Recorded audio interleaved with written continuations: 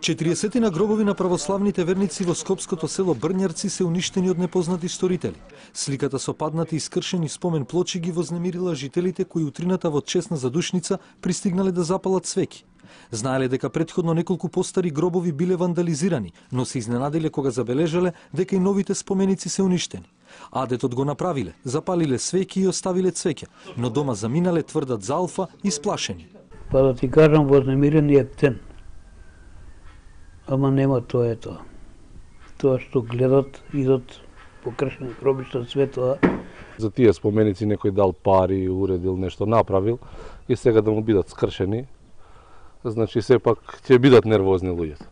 За првите уништени гробови жителите го известиле градоначалникот на Газибава. Тој ги посетил заедно со ОПСЕ, но освен дека евентуално ќе помогне со малку пари, не можел да вети дека во иднина ќе се најде решение како гробиштата да бидат под постојана заштита.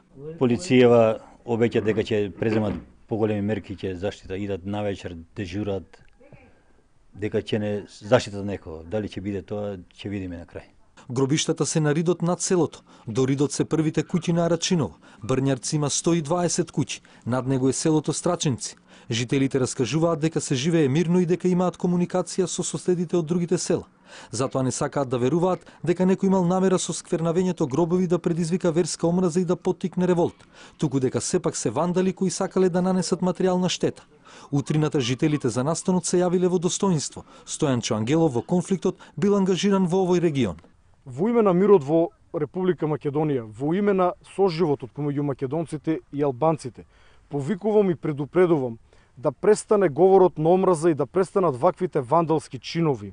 Ако градоначалникот не им помогне, Брњарци самите ќе ги исправат спомен плочите и ќе бараат чаре како да ги заштитат.